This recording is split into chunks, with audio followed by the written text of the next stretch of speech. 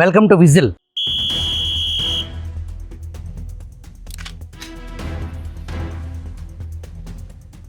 America అధ్యక్షుడు Trump జారీ చేసిన ప్రకటన ప్రెసిడెన్షియల్ ప్రొక్లమేషన్ ద్వారా H1B వీసా ఫీజును భారీగా పెంచిన విషయం ప్రపంచవ్యాప్తంగా చర్చనీయాంశమైంది. ఇది ట్రంప్కు సాధారణ ఆర్థిక చర్యలా కనిపించినా వాస్తవానికి దీని వెనుక ఉన్న రాజకీయ ఉద్దేశం నాటి టీఆర్ఎస్ నేటి బీఆర్ఎస్ సారథి కల్వకుంట్ల చంద్రశేఖరరావు లక్షణాలు ఆలోచనలో ట్రంప్ చేష్టల్లో స్పష్టంగా కనిపిస్తున్నాయి.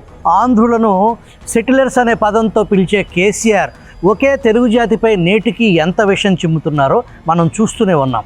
ఇక ట్రంప్ విషయానికి వస్తే అమెరికా వలస చట్టాలను ట్రంప్ లాంటి బాధ్యత తెలియని బరితెగించిన రాజకీయ నాయకుడి నుంచి ప్రజాస్వామ్య పద్ధతులు మానవీయ కోణం మనం ఆశించటం తప్పే అవుతుంది. ట్రంప్ ప్రకటన తన పార్టీ సభ్యుల్లో కేరింతలు కొట్టిస్తుంది. అక్కడి సాధారణ అమెరికన్లను ట్రంప్ ఒక హీరోలాగా కనిపిస్తున్నాడు.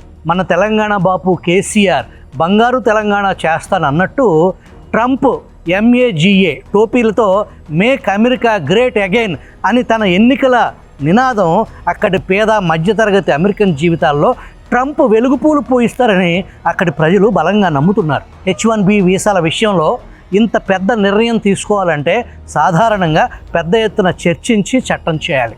కానీ ట్రంప్ మాత్రం ప్రకటన ద్వారా నేరుగా అమలు చేయాలని నిర్ణయించుకున్నారు.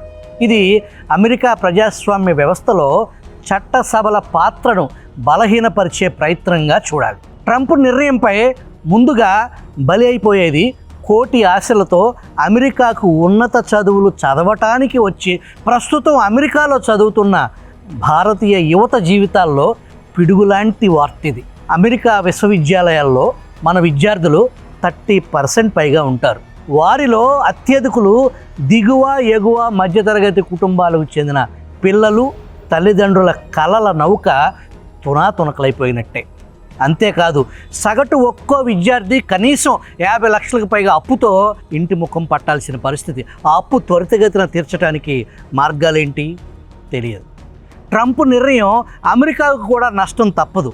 టెక్నాలజీ రంగంలో అమెరికా ఆధిపత్యం నిలబెట్టుకోవటానికి అవసరమైన ప్రతిభను ఆ దేశం కోల్పోతుంది. ఈ H1 వీసాల మొత్తంలో 70% పైగా వినియోగించుకునేది STEM అంటే సైన్స్, టెక్నాలజీ, ఇంజనీరింగ్, మ్యాథమెటిక్స్ రంగాల్లో ఈ వీసా వినియోగం గణనీయంగా ఉంటుంది.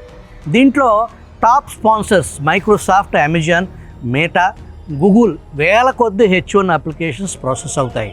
ట్రంప్ తీసుకున్న ఈ నిర్ణయం అమెరికాను గ్లోబల్ టాలెంట్ హబ్గా కాకుండా ప్రతిభకు అడ్డుకట్ట వేసే దేశంగా చూపిస్తుంది. 1990లో మొదలైన H1 చట్టం సుమారు 25 సంవత్సరాల క్రితం అంటే 2000 సంవత్సరం నాటికి H1 ప్రక్రియ భారీ ఎత్తున ఊపందుకుంది.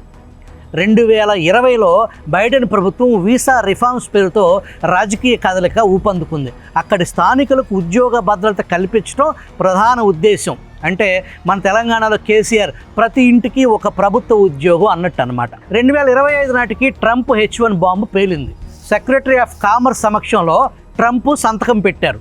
ఇమ్మిగ్రేషన్ అథారిటీ లేకుండా ట్రంప్ హడావుడి నిర్ణయం అమలు ఈ రోజు నుంచి అని ప్రకటన వెలువడటం, మైక్రోసాఫ్ట్ లాంటి కంపెనీలు అమెరికా బయట ఉన్న వారిని అర్జెంటుగా అమెరికా వచ్చేయండి అని ఇంటర్నల్ మెయిల్ వచ్చింది అనే వార్త హల్చల్ చేయటం, శవాల మీద పేలాలు ఏరుకోవటానికి సిద్ధంగా ఉన్న వ్యాపారులు విమాన టిక్కెట్ల ధరలు డబల్ చేయటం చూశాం. ఆ తర్వాత వైట్ హౌస్ ప్రెస్ సెక్రటరీ పేరుతో H1 ఫీజు ప్రతి సంవత్సరం చెల్లించాల్సిన పని లేదు, ఒకసారి మాత్రమే చెల్లిస్తే సరిపోతుంది.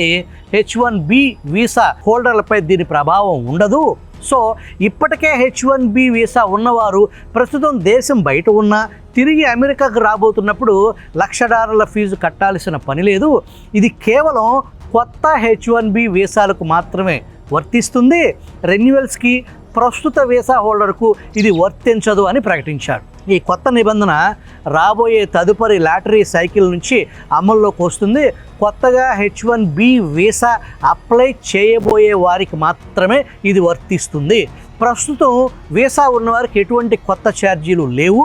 అయితే ట్రంప్ నిర్ణయం Silicon Valley, biotech hubs, academia, medical contribution రంగాల్లో తీవ్ర ప్రభావం చూపబోతుంది. అక్కడ యూనివర్సిటీలో మన పిల్లలు 31% పైగా, చైనీస్ 26%. వీళ్ళు అక్కడ అడుగు పెట్టకపోతే కొన్ని అత్యధిక విద్యా సంస్థలు మూతపడినట్లే లెక్క. అక్కడి కంపెనీలు అక్కడి క్యాంపస్ నుంచి ఉద్యోగాలు భర్తీ చేయాలి. లోకల్ పే స్కేల్ స్ట్రక్చర్లో పే చేయాల్సి ఉంటుంది.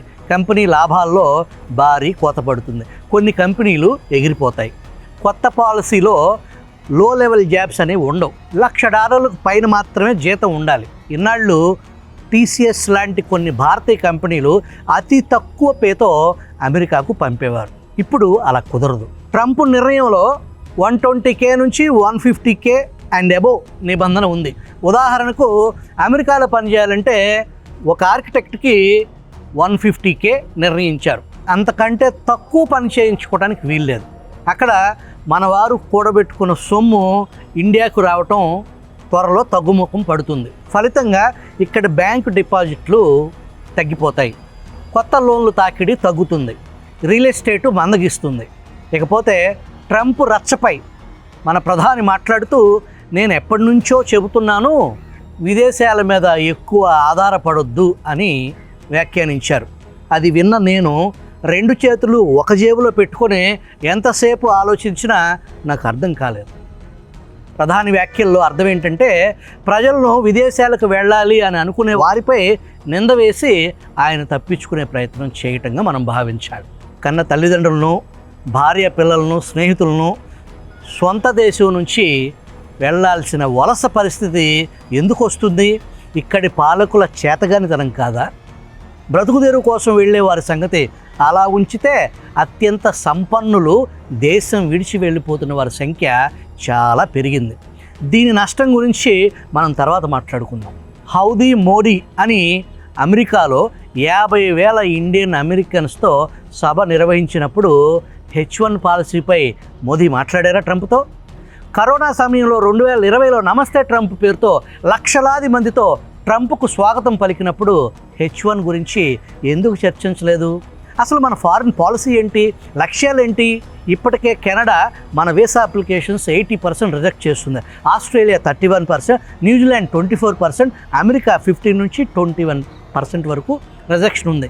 ఇక మన పొరుగు దేశాల్లో ఒక్క భూటాన్తో తప్ప మిగిలిన దేశాల్లో చిన్నదో పెద్దదో ఏదో ఒక పంచాయతీ నడుస్తూనే ఉంది. అసలు ఏం జరుగుతుందో మన విదేశాంగ మంత్రి సుబ్రహ్మణ్యం జైశంకర్ ప్రెస్ కాన్ఫరెన్స్ ఎందుకు నిర్వహించడం లేదు? మొన్న చైనాలో SCO మీటింగ్లో ప్రధాని పక్కన విదేశాంగ మంత్రి ఎందుకు లేరు?